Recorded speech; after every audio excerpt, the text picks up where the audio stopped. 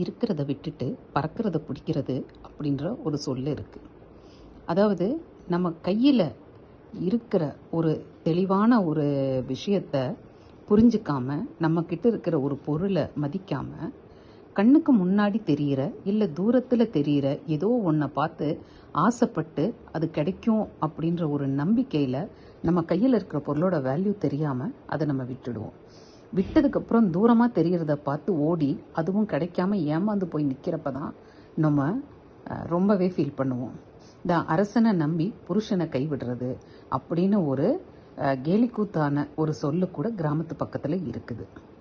அரசன்கிட்ட போனால் எத்தனையோ வெகுமதி கிடைக்கும், நமக்கு நல்ல வசதியாக இருக்கலாம் அப்படின்னு புருஷன் வேலைக்கு போயிட்டு வந்து கொடுக்குற சம்பாத்தியத்தை வாங்காமல் விட்டுட்டு அரண்மனையில் போய் காத்திருக்கிறது அப்படிங்கிறது அதோட பொருள். அங்கே போனால் கூட்டத்தில் காத்திருந்து எந்த வெகுமதியும் கிடைக்கல, வீட்டுக்கு திரும்பினா புருஷனோட சம்பாத்தியமும் கைக்கு வரல, அவர் வேற மாதிரி செலவழிச்சிருப்பார். அதனால தான் எப்பவும் முதல்ல இருக்கிறத பத்திரப்படுத்திட்டு அதுக்கப்புறம் தான் அடுத்து கிடைக்கிறது என்னவோ அதை பார்த்து போகணும்.